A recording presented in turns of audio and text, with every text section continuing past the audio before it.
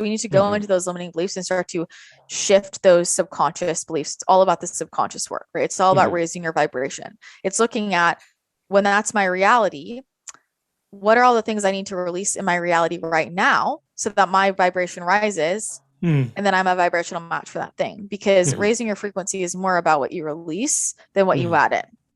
Right. So looking at what's my friend circle. Can you just say that bit again? Can you just say exactly what you just said again? Raising your frequency is more about what you release than what you add in. You just drop the mic and walk off.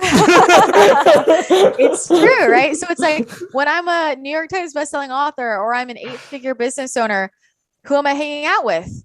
And you look at your friends, right? Who am I giving my energy to? And you look at your extended family, right? Like what's my evening routine? Like, what am I eating? And you look at your, Taco Bell. Like, it's like, this isn't a part of my reality when I'm this person. So I got to start releasing these habits, these behaviors, and often relationships. That's honestly the biggest thing for people that holds them back. It's always the relationships. You went there. I went there.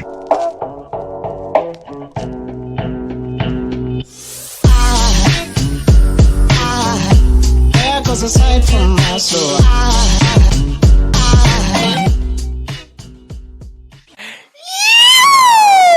Welcome to the Inspired Evolution. And it is an intuitive treat to be here today. We have with us Christina Rice. Christina, how are you going, Sister Bear? I am doing so well. Thank you for having me. It is such a pleasure to have you here. For those tuning into Christina for the first time, she's an intuitive, she's a channel, she's an energy healer, best-selling author. She's here to help people make powerful and practical spiritual shifts in their everyday lives. How are you? I just want to say, how are you going? How did you get there? Like, there's so much. I can't wait to unpack in this conversation. But yeah, let's dive all the way in. I would love to learn what the journey of the Inspired Evolution. Generally, I found that usually there is kind of like a breaking down to break through that people go through, that actually before they find, this was this amazing holy. It's like the hero's journey, right? Like you face the dragon and your demons before you come back and go, this is the sword I slayed the dragon with, and check out the sword. And it seems like you've done a lot of work to pop out on the other side and go, hey, these are my gifts and my offerings to the world. And we're definitely going to go into that in today's episode. But I'd like to sort of go back and sort of, because we do run the risk of going, hey, check out all this amazing stuff, without actually going, hey, where did all this amazing stuff come from?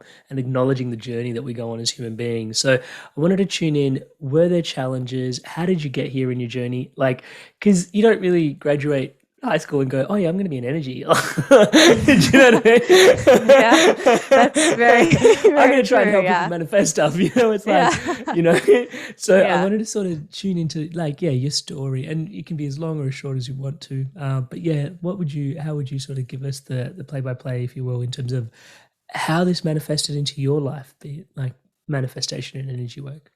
Yeah, well, I would say it was, the buildup started for like when I was 2 years old, so the buildup was all the way there. And then there was a breaking point when I was about 19, when I was in college. And that buildup my whole life was really a lot of mental health issues. And I struggled a lot with pretty severe anxiety and clinical depression. And I felt like I was in this dark night of the soul, existential crisis my whole life from a very young age. And I know it was hard for my parents. They didn't really know what to do with me between everything I was picking up emotionally, energetically, and just how intuitive I was. I didn't use that word, or I didn't understand what it was, but that was where a lot of my anxiety came from, because I was such an empath and feeling everything, and I could see right through people, and I could see things that other people couldn't see, but I didn't know how to articulate it because I was so young. So I had that going on with the anxiety. And then with the depression was this just deep questioning of like, why am I here? And from a young age, just getting really frustrated. I would ask my parents, like, I don't understand why people are so mean. I don't understand why people are suffering. Why is there so much hate in the world? Why am I here? What's the point of this? And that was something that I struggled with really my whole life. And I remember just going through school, like every day, asking like my parents and even my friends, I'm like trying to instigate these conversations, and no one can really answer it for me. But I thought, I just don't believe that the point of my life is to come here, go to class, do a sport, go home, do homework, have surface level conversations, and hate my life. Like I was that kind of kid who would say that, you know? So I always felt that way. And I was really depressed because of it. And every therapist I went to just kind of said, you know, screw off, like take an antidepressant. And I was like, I'm not going to. So I struggled with that a lot. And then I had some physical health issues going on for a while that really hit a head when I was in college. And I had a trigger moment where basically after that, my body stopped digesting food and my organs started shutting down, and I lost about 50 pounds in 2 to 3 months. So I was sitting at about 70 pounds. You know, I didn't have, you know, it was scary, and I had to drop out of school. I was eating like 10, 12, 15,000 calories a day, and I was still losing weight, and it just felt completely out of control. And it really made me I really reevaluated my life at that point, where I had like kind of lived my whole life being this perfectionist type A, high achieving person, living my life for everybody else. And I wasn't really happy. And I was on this track, you know, looking at like when graduating and my career. And I was really depressed looking at that. I thought, oh my God, I'm going to hate my life, but also this is what I have to do to be successful. And I felt like it was all mapped out in front of me. And when I'm 19 and I'm, you know, my whole identity is ripped from me, is how it felt. And all my friends are having fun and, you know, just worrying about things that didn't really matter. And I'm like, I'm waking up every day, spending, you know, going from 9 to 5, going to different doctors and specialists and being told again and again that I'm either lying or I'm going to die. And that's a really not a fun way to live when you're that age, you know? And so it just really put things in perspective. And I started to think, well, if this goes this way, like my organs are shutting down slowly but surely, and my time is very limited, and I'm not going to continue to live my life doing what other people are telling me I should do to be successful or to be happy or for external validation. And it's like, what do I actually want to do and what actually makes me happy? So I started to become honestly a lot more confident internally. And I had to be, because externally the way people treated me made me really just kind of contemplate, you know, how our appearance affects how people view us. And I had food thrown at me on the streets. I would have people send over food at restaurants. I was like embarrassed to go out in public. You know, I had a lot of judgment, and I had to build really thick skin and really like kind of fight for myself, you know, but that whole experience, there was a clear breakdown point where I realized no one is going to save me. Like I'm either going to save myself or I'm not going to be saved. And that is when I said, okay, I'm going to work. And the next day started just going deep into the books, into the research, into all of the, you know, lifestyle changes. And that's how I found holistic health. And I got really into like kind of the paleo space and biohacking and became obsessed with that and started learning about natural supplementation and lifestyle changes. I started meditating and doing yoga and really turned my life around, and my body started to heal. And I got back to a place where, you know, I was at a stable weight. My body was working. I could go back to school. And at that point I thought, wow, I found my purpose. I really want to focus on this. And so that led me to the path of becoming a holistic nutritionist. And I worked with a lot of people with different chronic illnesses and the type of person who, like me, have been told like, you know, there's nothing you can do here. And I just don't believe ever that there's nothing we can do or that we've exhausted all the options. I don't believe that. I believe everything is curable. I genuinely believe that. And then, you know, my health was fine, and then it got worse again. And at that point, I started opening myself up to energy. A doctor I've been working with recommended I go see an intuitive, and I thought, oh, I'm open to whatever. I saw her, and that kind of set off this cascade of spiritual events that shifted my life. After that, I had a dream to become an energy healer, and I thought, why not? So I started learning about energy work, and I kind of bumped into somebody who became my Reiki master at the time. And I started just exploring all of this, and I just knew I was really pulled toward it, and I was willing to try anything with my health. So it was kind of all the same time where, through doing energy work, my intuitive gifts started opening up. It was the first thing in my life that I was so good at without trying. And it really messed with my mind, because my whole life I was always like the best at everything, but I tried so hard. And it was the first thing I ever did where I'm like, I'm holding my hands up. Is anything happening? And I was getting this feedback about how incredible it was. And I'm sharing what's coming through intuitively. And it's like spot on the dot, dates, times, names. Everything was so accurate. And I thought, whoa, like this is wild. I'm not even trying. And that was a really important experience for me to just like recognize like what it felt like to be in a flow versus trying to force and fight my way to being good at something, Yeah. And so at that same time, I had found out that I had Lyme and mold illness. And I started getting really into neural reprogramming, brain rewiring. And so I decided I'm not doing this like aggressive health protocol thing anymore. I am going to go the energetic route and the neural reprogramming route. And so I really focused on those, and I healed my Lyme within about 6 months. It was a pretty rapid turnaround. And I, through all of that, was using that with my clients, and people were getting incredible results. And I really started leaning more in that direction.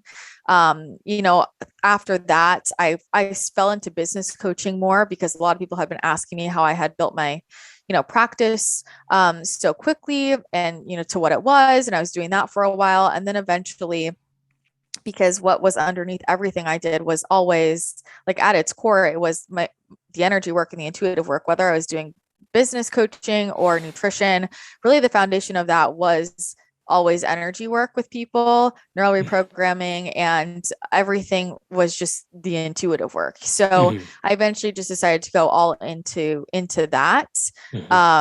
And that's where I'm at now. So that was the story here. It's been very interesting, but it all ties together. To put it lightly. Yeah. Wow, thank you so much for sharing that. And there is so much in that. You summarized it really incredibly well. Thank you so much. You can tell Christina has her own podcast. It was amazing. Yeah. In there, one of the things, there is so much that I would like to pick out, even just, finding something that you're good at, and the first time you sort of pick it up and you're like, oh my God, it's just like, it's calling me rather than me trying to call it, there's so much magic in there. But the place that I really wanted to dive into was, it's a difficult one for me to articulate, but hopefully we can get into the rub that I'm trying to pick out, which is, there was that point where you believed everything was curable, and things started to get worse. And this was something that I really was interested to ask you today. And, when you feel like you're building your business based on your intuition, and then sometimes things aren't going as well as you would have hoped. Personally, how do you interface with that?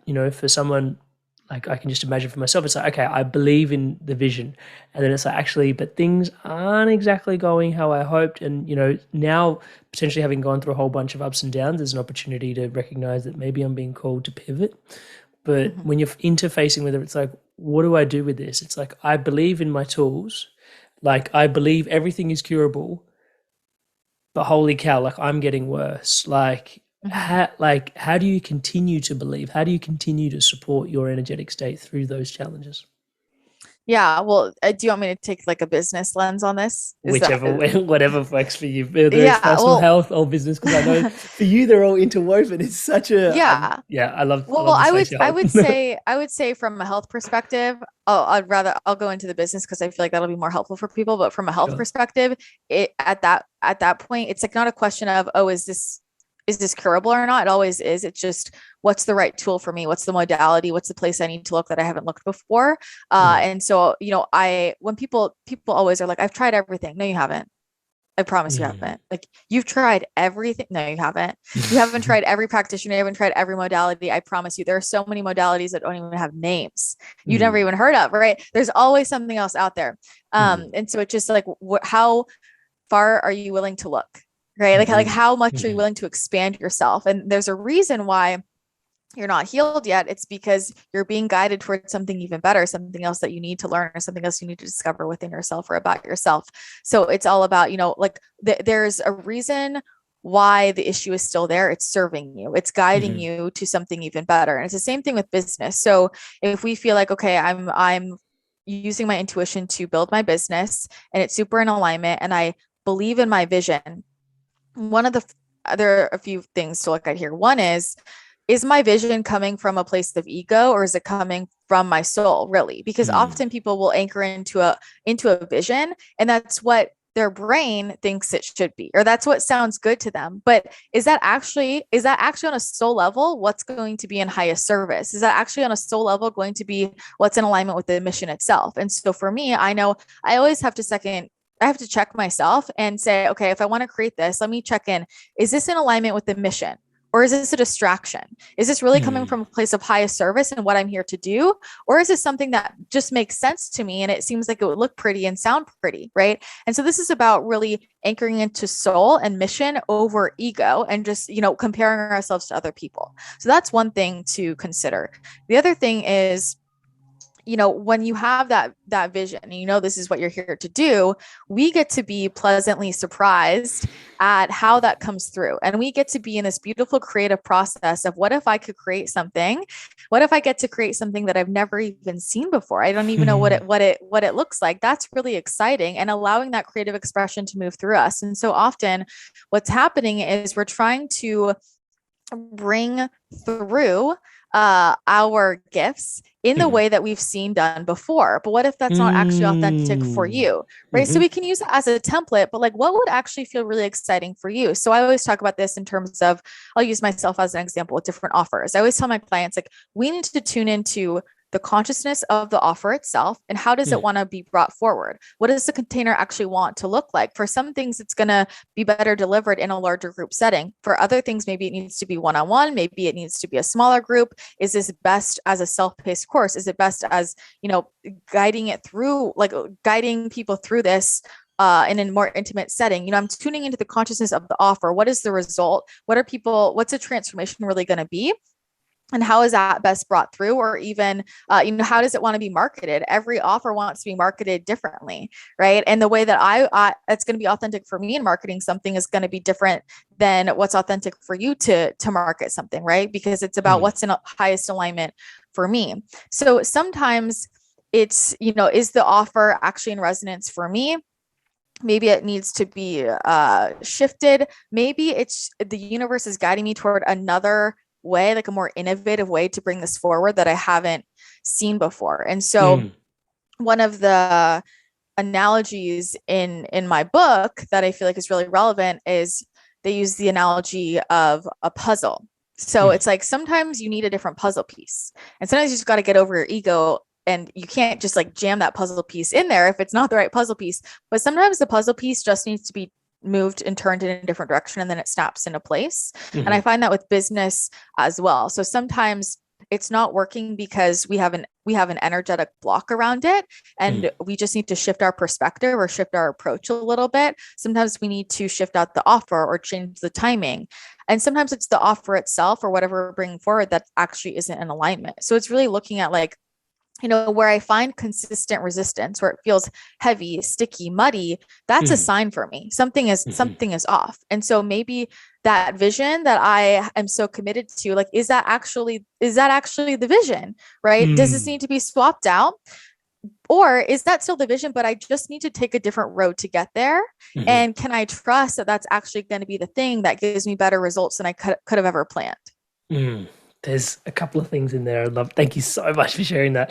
How do you discern? I think what the audience would love to tune into is, how do you discern head versus heart, ego versus soul? Yeah. I mean, that is, how do I learn to like trust myself? So I think, okay, one of the things that I like to do, this is like a practice in my whole life, is whenever I'm making a decision about anything, like tuning in and actually giving space to both of those. So when I'm saying, okay, I don't know, whatever the question is, what do I want to create here? Ego self, please step forward. What do you want to create?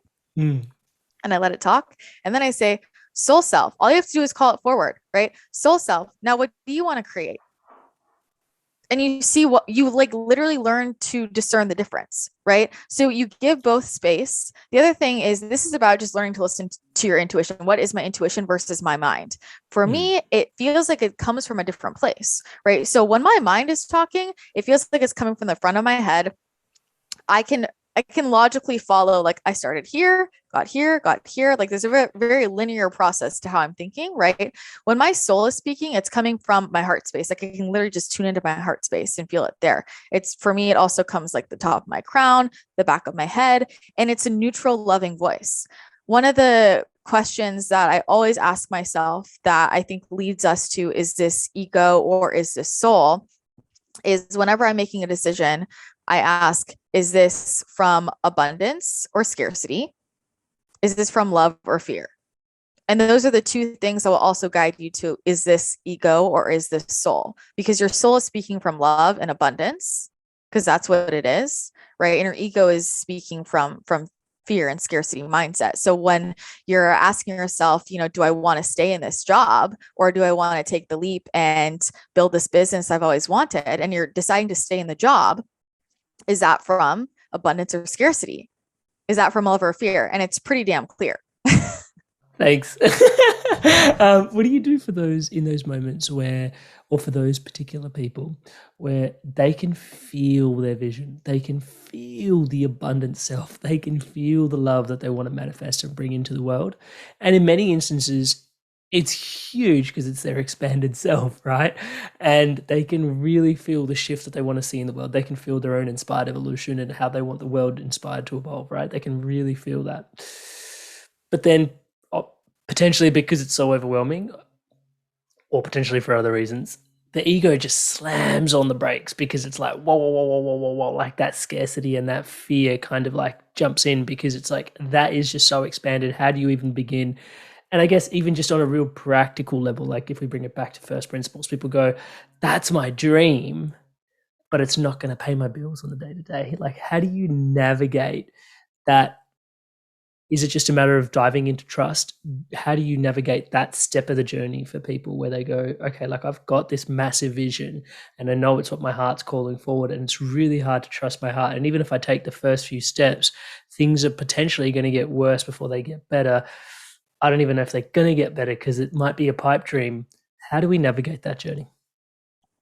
Well, I guess my question would be, well, why have you decided that it's going to get worse before it gets better? Or why have you decided that it's not going to pay the bills? This is the thing. The universe, your soul isn't tricking you. You think your soul is guiding you to your biggest dream, to like, oh, just kidding, you're going to be homeless on the street. No, are you kidding? Like, that desire is placed within you for a reason. It's guiding you to your greatest happiness. The real issue is, are you going to give yourself permission to be happy? Like that's the question. Right? Or are you committed to struggling and suffering and complaining? Like, what are you committed to? And there's a moment where it's like, I'm committing to living my life in alignment with choosing my joy and choosing my happiness, knowing that that is also choosing the same for everybody I love around me.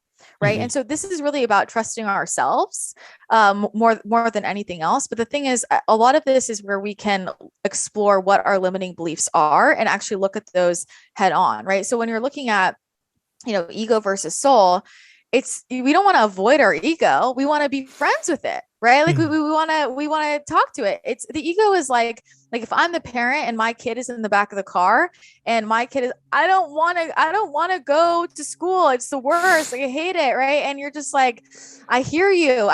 Tell me how you're feeling. Right. And that kid is screaming and throwing a temperature. I don't want to do it. Right. And then it's like, just try it. Just one day. Right. And they go to school and they come home and they're so excited. Oh my God, I met my best friend. It was so much fun. We played with Play-Doh.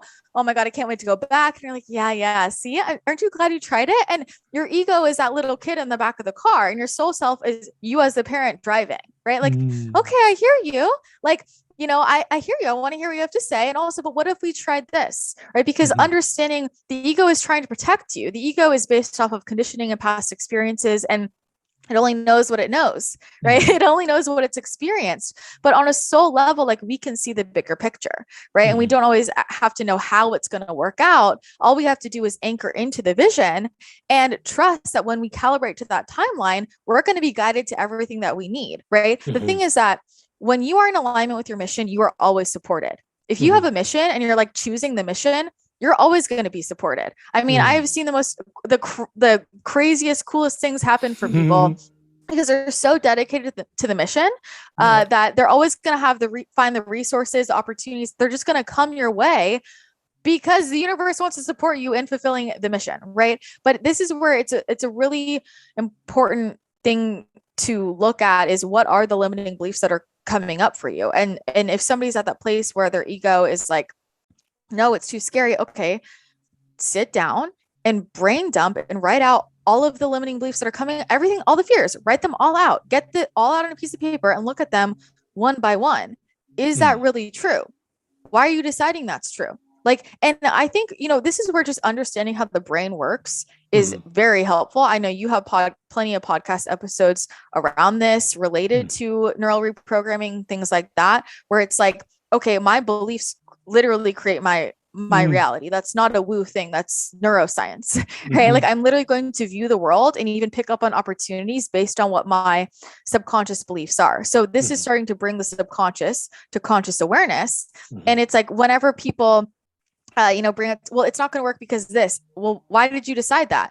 You could just as easily decide the belief that is in alignment with you achieving what you want and live based on that, and then watch what you notice in your reality, right? But it's like, if you've decided something is impossible, then it will be, because you've decided that. But if you've decided that it's possible and you've committed to that, then it is. Yep, I love that. And thank you so much for that metaphor. It's such a good one. That you goes in the little back just going, hey, and you're just like, come on, just one day, let's just try it. And then it comes along, like, oh my God. Yeah, that's beautiful. Are some people just more aligned to courage than others, or is it something that is there for all of us? When it comes to trusting, I feel like the first step, and maybe this is just my story, the first step is kind of even just having the courage to trust, it's like, and one of the biggest shifts that came in my life was, I don't know, it was this really trippy journey, and the audience has heard me share this one before, but for so long in my life, I thought that courage and fearlessness were the same thing. I literally, Braveheart was one of my favorite movies growing up, and I just thought William Wallace, was just fearless and courageous, and they were literally synonymous, and they were the same thing.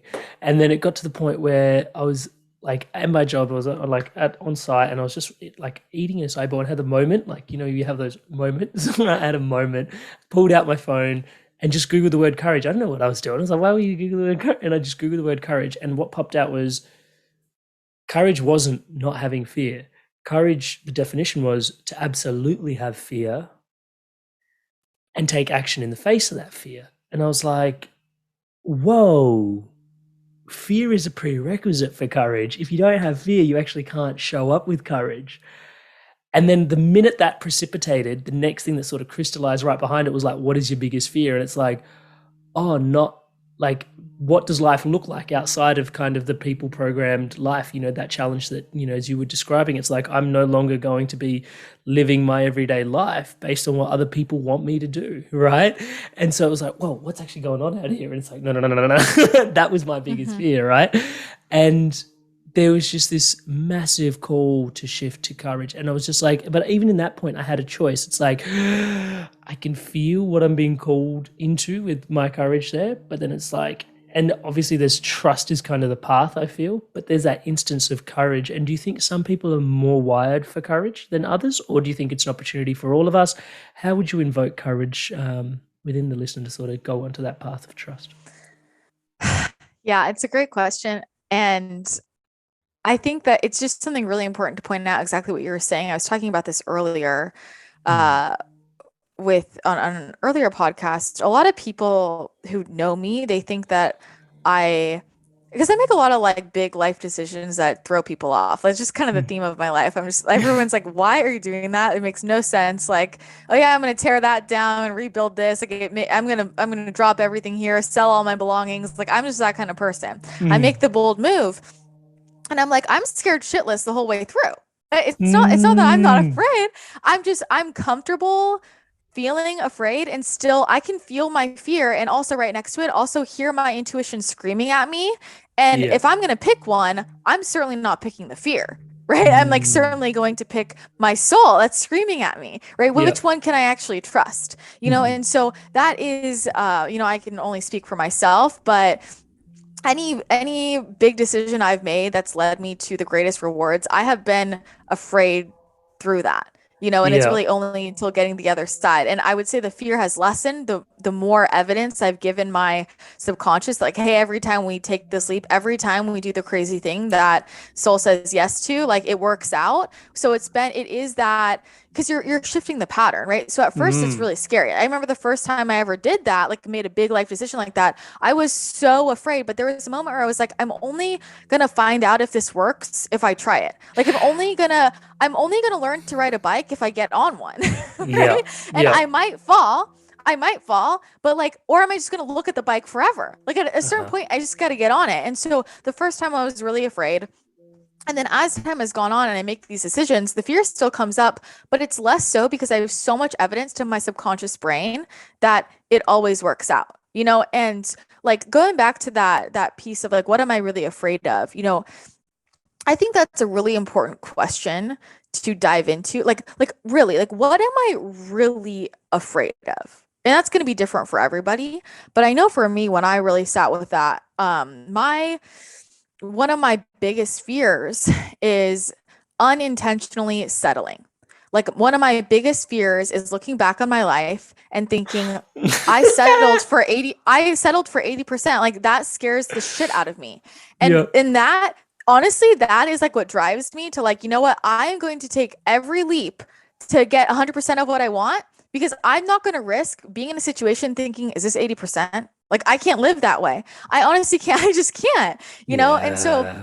that very much drives a lot of what you could say are courageous decisions. What I would say Mm. about courage, going back to your original question, is I actually think it's very similar to how I see vulnerability or how I see stress, Mm. where what is stressful for me and my body will be different. Like I have a different stress tolerance than the person next to me. Right. Mm-hmm. So Mm-hmm. like this Mm-hmm. something that stresses me out might not stress out the person next to me, right? And Mm-hmm. vice Mm-hmm. versa, or with vulnerability. So there might be something that somebody shares that it feels so vulnerable to share, Mm.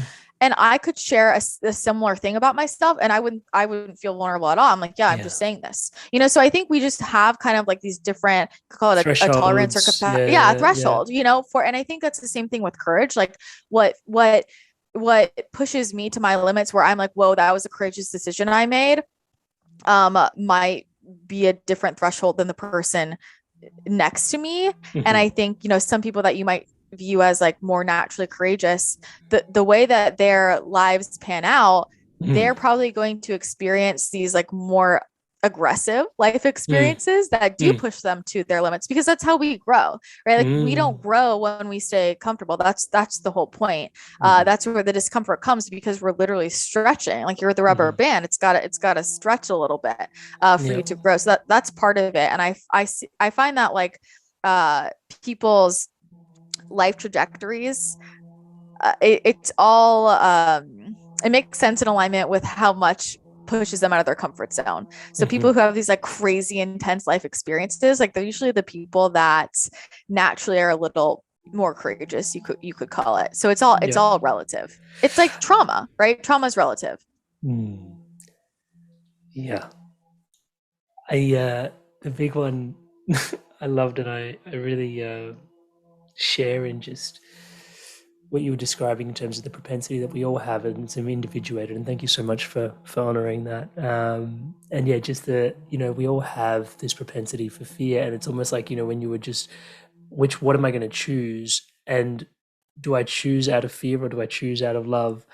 And even if I was just choosing, the ode that I was hearing was like, I'm choosing it for the version of me that I would like to be, not even for the outcome. Do you know what I mean? Like I would Mm-hmm. do it for rewiring myself to be that person that chooses this way rather than Mm-hmm. even God knows what I'm choosing. But I Yeah. would just be that person. And that was like it was a actually not so it was about 3 years ago, and I remember this real palpable fork in the road for myself in my work and my business, and it was just like, and up until that point, like, there was always like a clear morally high decision. Like it was always like, yeah, morally this makes more sense, or financially this makes more sense, or relationship wise this makes more sense, and there was always like an inferior and a superior option.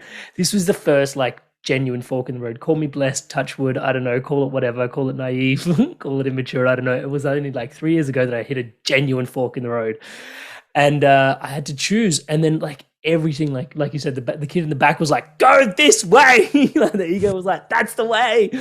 And then but the intuition and the spirit was like, hey, what about, like, this feels, this could be good. And it's like, oh, this is the way. It was like, oh, yeah. It was like, but this is the way. And I was like, but this could be good. And it's like, oh shit, what do I do? And in that moment, it was actually the thought that you just shared was actually so profound, because that changed my whole trajectory. And then COVID happened, and that made a lot of reasons why spirit was potentially guiding me, touch wood, that way, because the previous way wasn't actually sustainable through that 2-year lockdown that especially Australia went through. And the thought was, hey, you're on the journey as part of this Inspired Evolution tribe and community. What do you think those on the Inspired Evolution, like the people that are on that path, which voice would they be listening to? And I'm literally coaching myself and allowing the Inspired Evolution to hold space for me.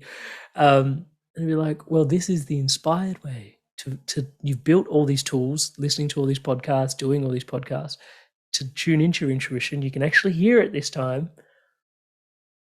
Maybe let's just see where it goes. And even if it doesn't work out after about 2 months, you can always pivot actually and go back to what the other ego is calling you. Let's just take a couple of steps in that direction. And that as sort of like an ode to just doing it, to reprogram and shift even just your identity and relationship with self, to sort of say to yourself, hey, I'm the guy or the girl, or, now there's so many pronouns, but I am what I am, to be able to take that leap, I can be that person that makes that shift, and I'm deserving. Mm-hmm. I often, another one of the questions that always guides me, I always find the right question is like the key that unlocks everything. Yeah. So I will ask myself, like, what choice am I willing to take responsibility for? And so when I think about big decisions I've made, like, let's say for me, there've been multiple times where I've literally torn down my entire business and like rebuilt something totally different, made a huge pivot, or leaving a big relationship, or making a huge move, big decisions in my life.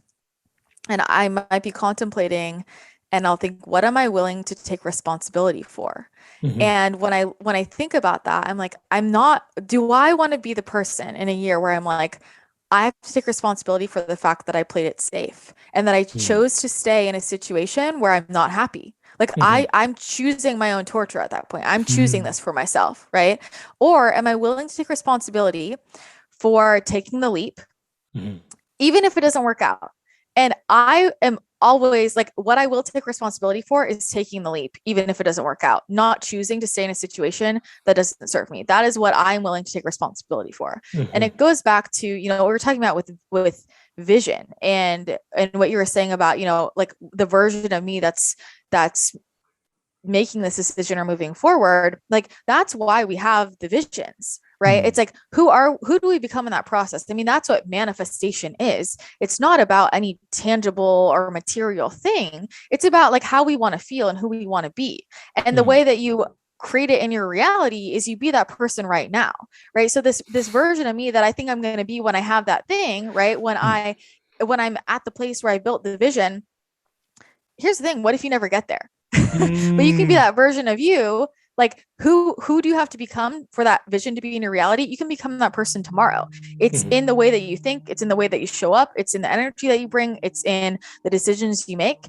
For me, I have done it very tangibly, practically, like in different leaps with my income, for example. When I was, first starting my business, and I thought, who do I get to become to have consistent 10K months, to have consistent 30K months, to have consistent 100K months. Like I went through that step by step and I realized it wasn't about the money. It was about who I got to become in the process. And I realized me, when I'm having 30K months, I make decisions very differently than me when I'm having 100K months, right? I'm showing up differently. My energy is different. I talk different. I delegate differently. And it's more about who I am in that process than even getting there, right? And so it's like that relates, for me back to that question of what am I willing to take responsibility for? And like, I want to look back on myself and be like, yes, I did the brave thing. I did the courageous thing. I bet on myself every time, because that's really what it comes down to. Do I trust myself? Am I going to bet on myself, or am I going to bet on somebody else? Am I going to give my power away to somebody else?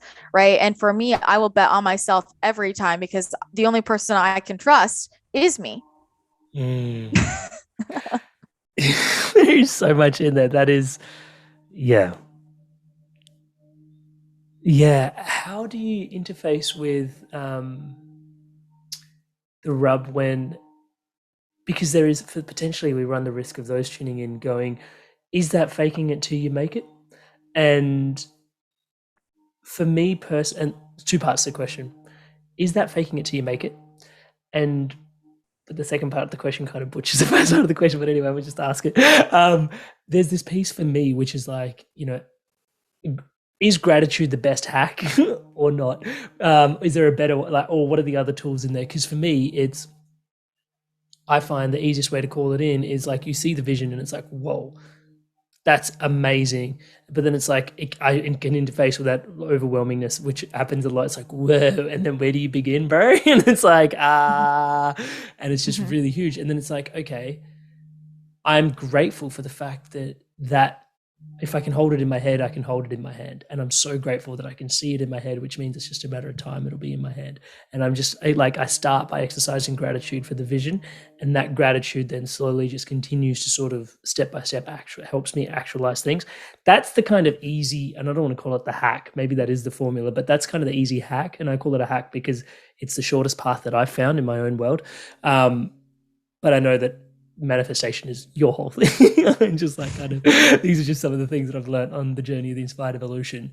But yeah, two parts: faking till you make it, and how do you overcome sort of that energetic kind of like wah wah wah wah wah wah. If that was a thing, and that's an adjective now, by the way. Wah wah wah wah wah wah. And then what is the best tools to help us actually manifest? Is gratitude one of the key ones, and potentially what else is in there? Yeah. So the faking it till you make it, I think it's all perception, right? So it's like, so if you perceive it as faking it till you make it, like what's the problem with that, first of all? But also, is it really faking it, or are you right now living a lie? Because more often than not, that's what it is. Like if you're living from programming, conditioning, and fear, and you want to own that as your truth, okay, right? But when I look at that, I'm like, my truth is love. My truth is joy. My truth is abundance. Like that is who I am on a soul level. That's who we all are, right? Like we all are love, and we're multidimensional, and we're so freaking amazing. And it's like, that's my truth. So it's not faking it. It's like, that's actually me stepping into my realist identity, but the thing is like, so there's that, and that's how I see it. How I see it is, it's more about unraveling all of the limiting beliefs and the conditioning and the programs that aren't us. It's about releasing ourselves from the illusions, the things that aren't us, right? Because if you think your truth is to be depressed and struggling and frustrated, I mean, I would look at that. I mean, if that's what you want to believe, you can believe what you want, but I don't believe that that's anyone's real truth. I think that that's the lie. I think that's the faking it, And so what all of this is, it's coming back to our own truth of who we really are, which I believe is love, and I think when it comes to, is it faking it till you make it? Well, only you can know what feels authentic for you. So if I am saying today I'm showing up in this energy and it feels really good for me, that feels so authentic. But like, I mean, I know that within me, but if I'm moving through my day and I'm like, this does not feel authentic for me, then it's not authentic. So that's really just such an individual thing about like, can you be honest with yourself about how you're feeling? Does that make sense? It totally does. Yeah. And part two to the question. So gratitude helps me click into as a key step for my process. What are some of the key tools in there for helping people? Okay, I've got the vision. How do I actually actualize? Oh, I went there. How do you actually actualize that manifested that vision that you see into the 3D reality of your life? Yeah, I mean, there are so many tools you can use, but when it comes to, so if I have the big vision, then I'm anchoring into like from a few different places. One, Yep. again, who do I get to become for that to be a natural part of my reality? So Yep. who do I get to become where a byproduct of me being that person is that already drops in? Does that make sense? So that's really it's what almost it is like about. part of your cellular being, and then it's Yeah, just like the outer world will shift based on the cellular shift that you've already invoked in. Yep. exactly. So, and that's really the key to everything. So it's like, if I want to be a New York Times best-selling author, I don't know. So it's like, okay, well, who am I when I am that thing? It's not about how do I become a New York Times bestselling author. It's like, who am I? Where that's already a part of my reality. How am I showing up? How do I wake up? How do I move through my day? How do I think about things? How do I manage my time? What does my daily schedule look like? Right? Because the way that you're living when you're a New York Times bestselling author is going to be different probably than right now. Like, are you even making time to write? Right. And when you start to think about that, we can get some really tangible, like, how am I showing up? How am I thinking? Like, what's my energy like in the morning? What's my morning routine? Things like that. Right. And this is where we can get clear on what's the aligned action. So what am I looking to create, and what's the action in alignment with that being my reality? We have to actually do something, right? to align with it. With that, the next piece is, what are my limiting beliefs around this? Where are all of the bits of me that don't believe it's possible, or don't believe that I'm not good enough, or it's not part of my reality? That's all of the stuff we have to go into. Those are the things that block us from being a vibrational match for that thing being a part of our reality. So we need to go into those limiting beliefs and start to shift those subconscious beliefs. It's all about the subconscious work, right? It's all about raising your vibration. It's looking at, when that's my reality, what are all the things I need to release in my reality right now so that my vibration rises, and then I'm a vibrational match for that thing? Because raising your frequency is more about what you release than what you add in. Right. So looking at what's my friend circle like. Can you just say that bit again? Can you just say exactly what you just said again? Raising your frequency is more about what you release than what you add in. Just drop the mic and walk off.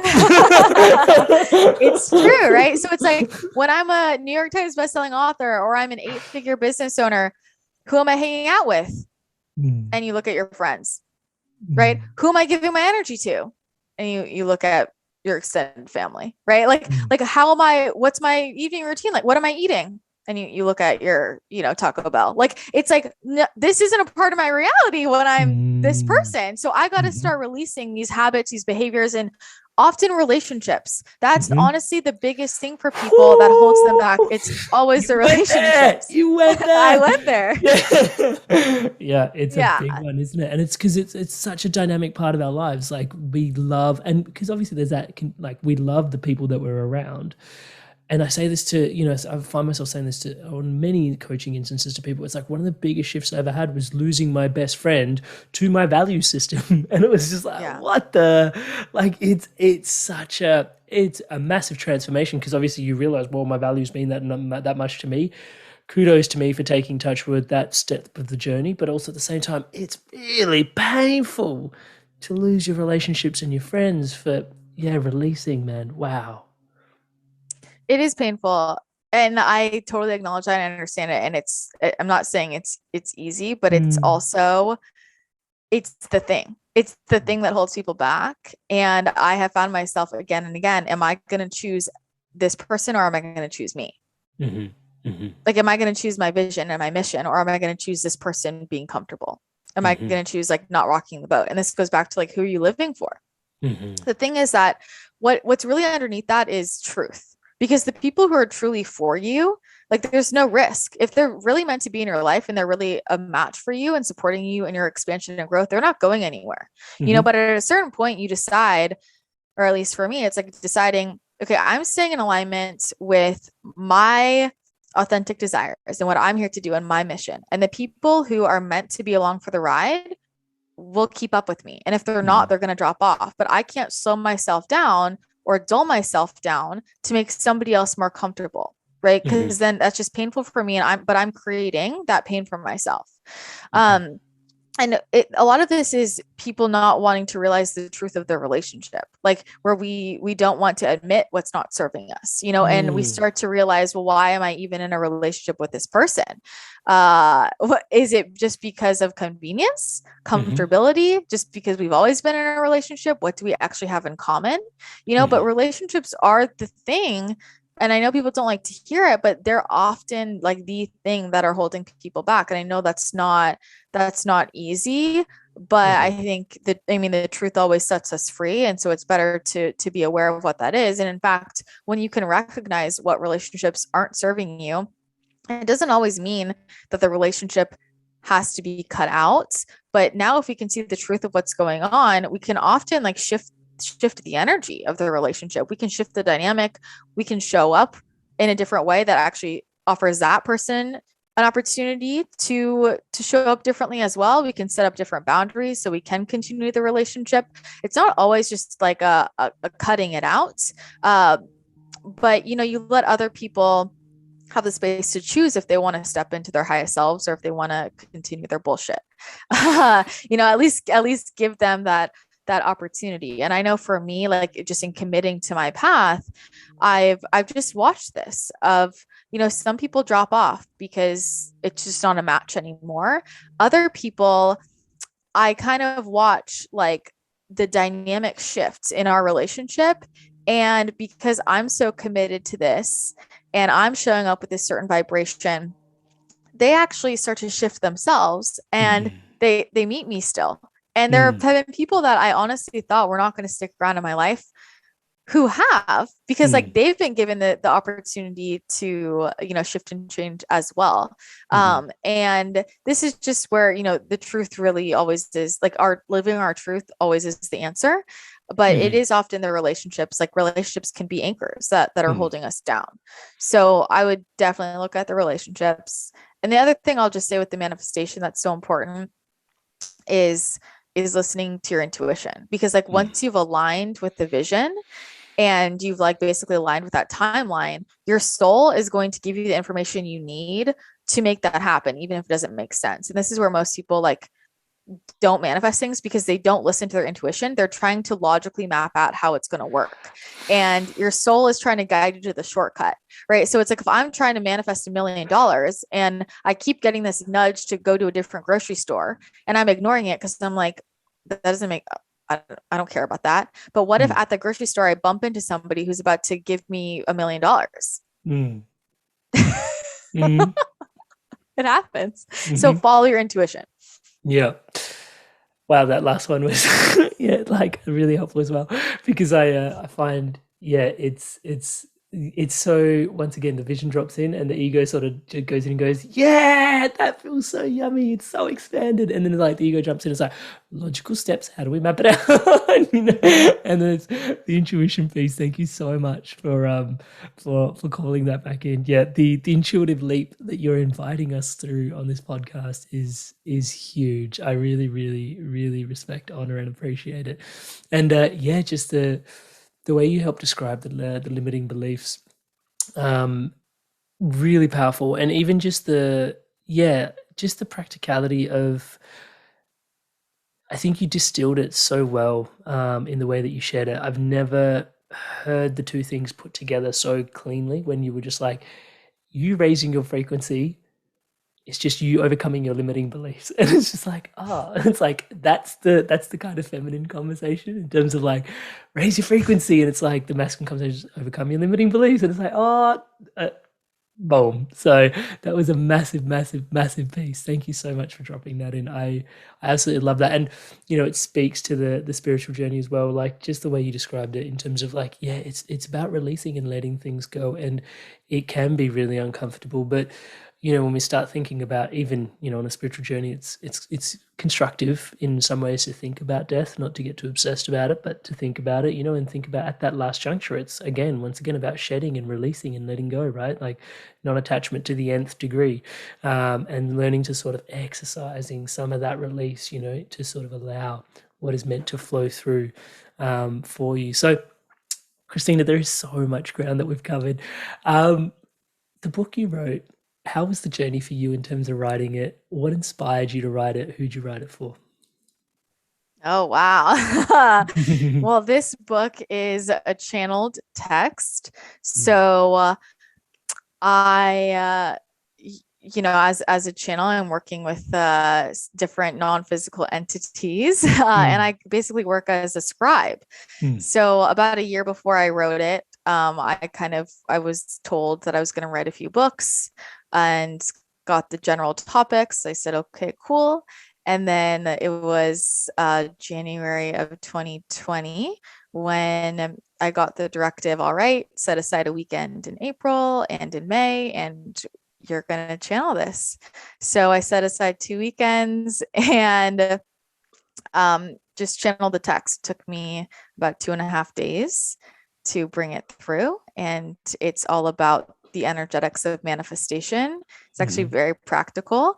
mhm, And it reads much more like a personal development book than a spirituality book. So even if mhm, someone's not super woo, you'll get a lot of very tangible information mhm, from it. It maps out how energy flows like very practically. And a lot of it is it's around reprogramming your limiting subconscious beliefs and mhm, raising your vibration and what like how do you actually become a vibrational match for what you want. mhm, So that's what it's about. And I this book I feel came through, well, I don't feel like what I have been told intuitively is it came through right now because we're at such an important shift on the planet in mhm, how we really view ourselves, we view the world, where every people are waking up to like there's more here than I realized, and we're mm, waking out of this hypnosis of, oh, I'm just gonna like go to my 9 to 5 and then go home and like eat dinner and watch TV and go to sleep and do it again. Like that's mm, just like it's like we're robots and we're waking up out of that of like, oh, there's this thing called life and I actually get to co-create this. And so what does that look like? And people are starting to realize like I want more. I'm craving more. I'm craving connection. I'm craving joy. I don't want to live to work. Right. mhm, I want like to create a life that I love. And people mhm, are waking up to that. And so what does it really look like to create your reality? People are mhm, ready for that. And as the frequency of the planet shifts, I truly believe that a lot of the things that we did before just aren't going to work anymore. And I know people are feeling this more than ever before. And that's why a lot of people are going more in the spiritual direction because, I'm seeing business owners, they're like, I'm just stuck everywhere and I've tried everything that's not working. Or with the physical body, then I mean, we've never had so many people with autoimmune disease. Where does that come from? That's all spiritual, right? Or like mm, all of these different like health issues and all of these more like 3D practical approaches, they're just not working anymore. Why? Because we're being pushed to understand how energy flows and work on the energetic plane. Like this ties back to what we were talking about earlier on in the podcast. Like, what do you do when you have the vision and it's just not working? Or I'm following my intuition, it's just not working. We're being guided to something better. And I have seen people that I never would have expected to be into all the stuff I talk about come find me and mm. they're like, it's not working anymore. Or like the number of even like Western doctors who are learning about energy and we're learning about, like manifestation and like neural reprogramming and things like that, because the old tools are not working. And Mhm, so this to me is a very practical guide for like everybody of like, how do you actually work with energy? What does that mean? What does that look like? And how do you actually create your reality in a very mhm, tangible way that doesn't sound so fluffy? And, I never really resonated with manifestation content. It was never really like my thing. It just sounded to me very like kind of fluffy. And what does that mean? mm, Like, do I write down what I want 100 times and sprinkle an essential oil on it? I don't mm, really want to do that. I want to actually make a shift, and that's why like what's in this book is really it's what works. It's about the life shifts we make. It's about how we make decisions. It's about identifying the beliefs that are holding us back, mhm, and how to listen to your intuition and how to identify those anchors that are holding you back from raising your vibration, and how to mm, actually direct energy in your life so you can like consciously decide what you want to create, because mm, we're manifesting whether or not we realize it. So we might as well do it consciously, right? You're mm, always creating your reality based on your beliefs. That's just how it works. And so mhm, you can either do it unconsciously or you can bring it to conscious awareness and create the stuff you do want. mm. I find myself often sharing that, it's probably the most the the most callous way. I don't want to use the word callous, but it probably is. But it is the most effective way at the same time, is, to overcome your limiting beliefs is to take an inspired action in a different direction that inspires you and calls you. And I know when I say that, I watch my coaching clients go, oh, because it just calls them right out. It's just like, okay, I'm going to take a step. Damn it. I wish I could just write it down 100 times and spring some essential oils on it. Literally. The part of, tuning into your book, there is such a massive call to action in and around that as well, just wanted to sort of reflect that back, because I know that we do run the risk of people tuning into a podcast on manifestation and energetics, forgetting about the piece around inspired action. You call it bold action. Do you want to just sort of share the piece around how important taking action and aligned action, is what you call it, is? Mm-hmm. Yeah, I mean, that's what it is to like create, right? Or like manifestation, meaning hand. Like, it's not about just waiting. Like, the whole point of it is to take the power back into your own hands. It's not just to sit around and like watch what falls into place. No, it's like, I'm actually creating it. If I'm a creator, I have to take aligned action. And like, when you think about it from the sense of everything is energy, every signal that I'm sending out is basically adding momentum to a timeline or to what I'm creating, or it's not. And so every word I say, everything I think, every action I take, those are all signals to the universe. That's all putting energy in a certain direction. So if I say, I really want to get out of my 9 to 5 and I want to create this epic business in, whatever area. And I'm saying that, and I keep saying that, but 95% of my thoughts, like everything that's subconscious, is I'm not good enough for that. It's not possible. Okay, well, that's a stronger signal in that direction. Or I'm saying that, but then on the weekends, when I have an opportunity to do some work on that business to get me out of my 9 to 5, I'm choosing to not. Right. Or like, what are all of my choices? What are all the actions I'm taking? That's all energy work. That's all adding energy to a certain timeline. So it's like, you have to remember that you are the creator. You are the creator. And if you're the creator, of course you have to take action in alignment with it. No one's going to do it for you. You have to co-create. So, it's like, without the action, nothing's going to happen. Yeah, I love that. And even just the way you described that, it was recently that it started to precipitate. Like, I found the Bible verse that, we're created in the image of God, quite an audacious sort of cloud. I was like, whoa, man, human beings think much of yourself. But then, the fact that we have the ability to create and we are a creation is kind of like, whoa, that's a bit of a trip. Actually, I kind of see what you're putting down there. Just the ode to creativity that's in there, and taking the steps. And I love how you describe that. Yeah, the manifestation. It's the hand, and actually taking, making things happen and actually bringing them to the form. So you mentioned even also for your book, the time is kind of now, not even just kind of, it's now. So the last question that I love asking everybody on the Inspired Evolution is, what is the Inspired Evolution mean? Like, what does an inspired evolution for humanity, for the collective, for the universe, whatever speaks to you, what does an inspired evolution mean to you in your heart? What is the bright tomorrow?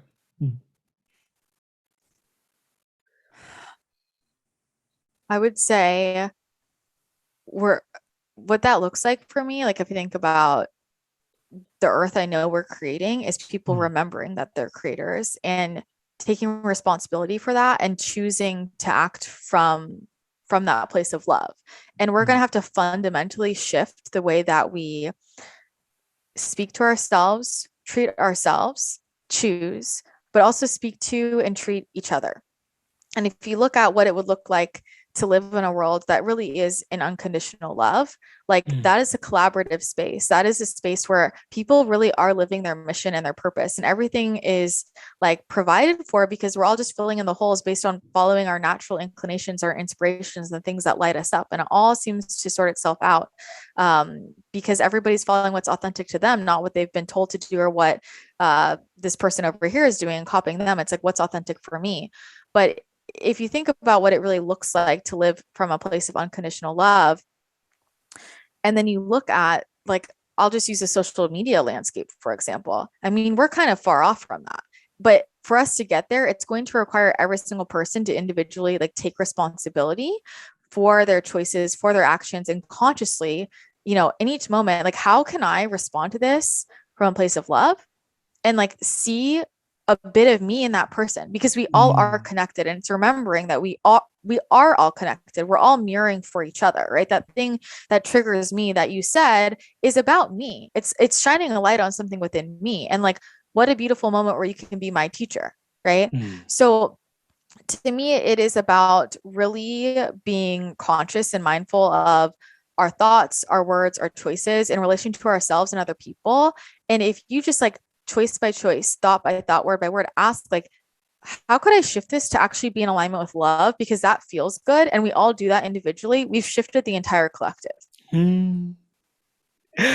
Christina, Sister Bear, thank you so much for your time, your energy, your blessings, and ultimately for bringing us back to love through intuition in this.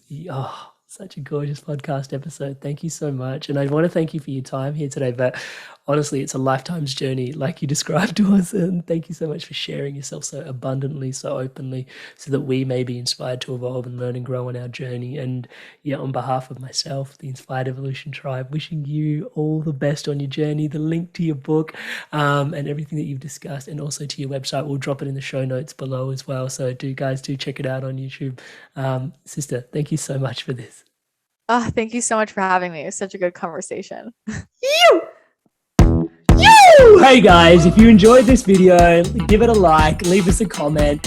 And if you want to stay in tune for the new episodes launching every Monday, hit subscribe, and I'll see you in the next video. Stay inspired to evolve.